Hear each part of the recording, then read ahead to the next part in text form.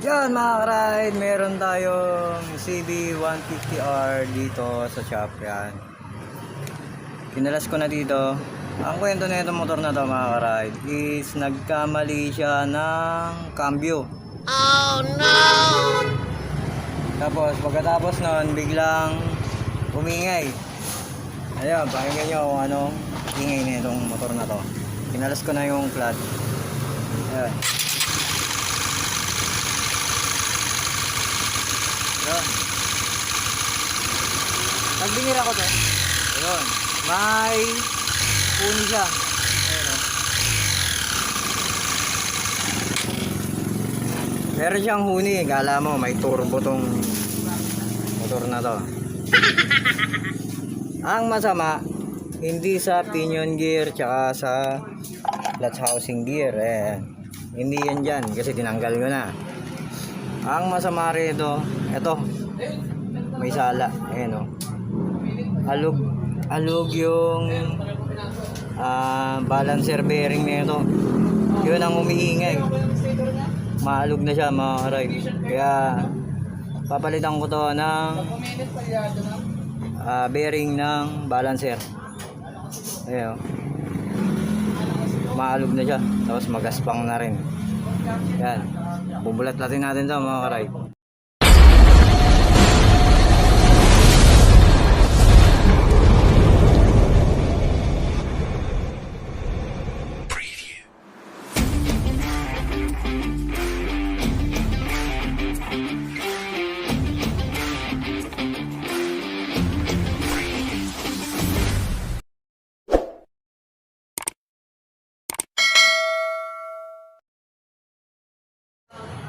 At yan mga ka-ride, nabaklas na natin itong makina nung CBR.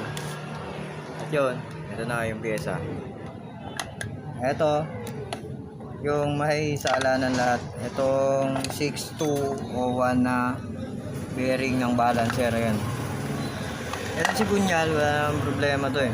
Ayan o. Ito lang, magaspang. Ayan o. Magaspang yung ikot nung bearing. Tapos itong 6301 na ano, ayan o, alog. Yan yung papalitan natin dito. Yan, medyo ginabi na tayo. Hapon na, kaya bukas na natin tutuloy ito. Okay. Tomorrow, day 2. At yun, mga ka-ride, upon checking dito sa ano, kasi hindi talaga ako mapakali sa nangyayari dito sa motor na to.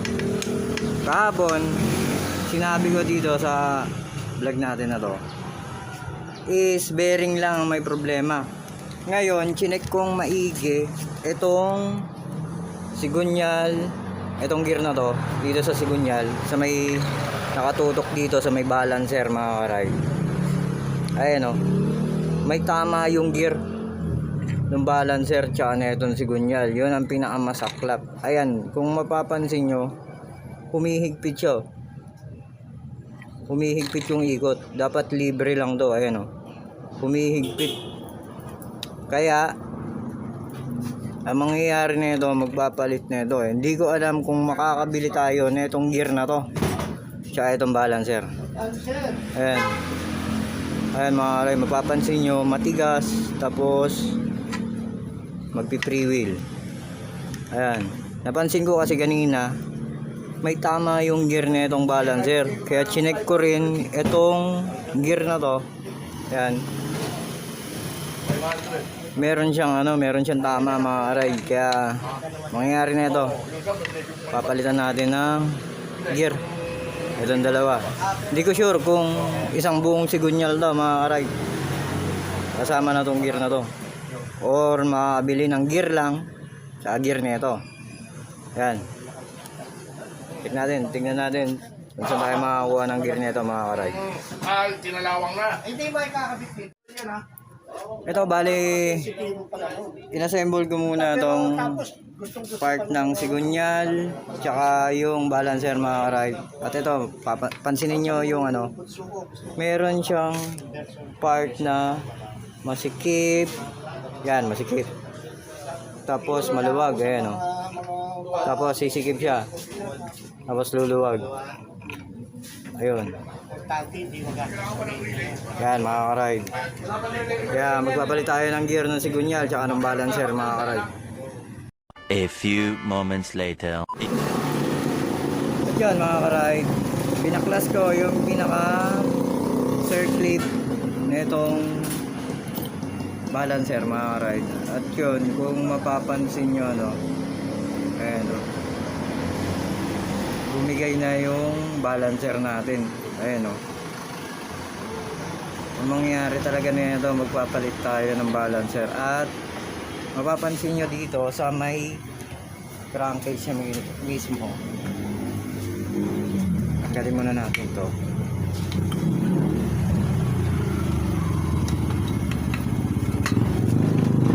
Pag inikot natin tong balancer, ayun, wala sa align. Ayun o, kaya mapipilitan talagang magpalit tayo ng balancer. Nakabili naman hiwa-hiwalay, kaso wala na sa align to. Ayan. Tapos ayan, kung mapapansin nyo yung balancer mga karide, lumiis na yung timing, kaya papalitan natin to. At yun, meron tayong ano rito, gear na maayos-ayos pa. Yun na lang siguro papalit natin dito sa gear na to na may tama. Ito is pang CBR 150. Ang problema lang nito is connecting rod. Kaya ito lang kukunin natin, papamasin shop natin para hindi masyado magastosan yung pinakamayari. Yan, press out natin to, lilipat natin dito mga aray, kasi may tama na tong sa kanya. Ayun lang, papalitan natin pati yung bearing, papalitan na rin natin. Ito para isang baklasa na lang. Ito wala pa namang tama to, yung sigunyal bearing na yan. Ito lang papalitan natin, tsaka yung kabila na itong balancer bearing. Okay, yan mga karag, dumating na yung bago natin pyesa. Ito yung balancer na bago, tapos ito yung luma mga karag. Ang nangyari is umatras yung timing. Ayan o, papansin nyo pagkakaiba nilang dalawa. Yung timing mark na ito is umangat, dapat nandito siya, nandito. Ang nangyari, umakyat siya rito. Yan. Ito ang timing talaga nito. Ayan o, bale itong timing mark na to mga karad, ayan, umangat. Mapapansin nyo, ang layo nung ito, layo nya doon sa marker.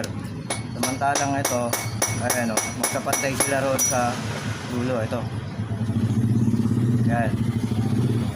Okay na, bale ito sinesting ko na, kahit hindi na natin balitan to, yung gear na to.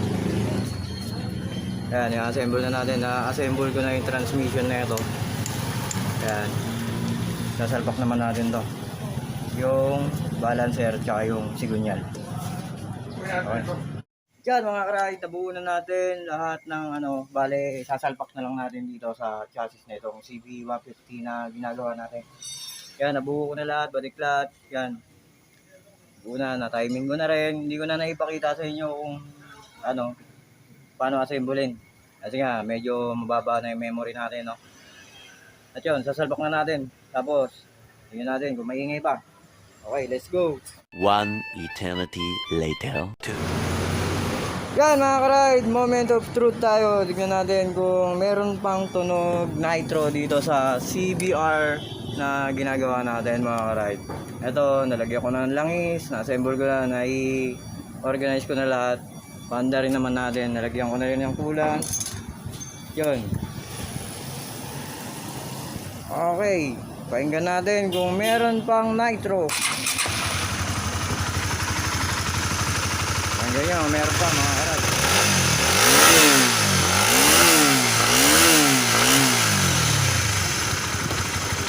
Yun. Wala na mga karide, okay na. Okay na tong CB150R na ginagawa natin. Medyo natagalan lang tayo sa Quezon kasi wala dito sa Caloocan. Sa Las Piñas mo pa nakuha sir, no? O, sa Las Piñas pa. Kaya yun. Ito, assemblein lang natin. Tapos okay na to mga karide. Okay, babush. Yeah. Peace out.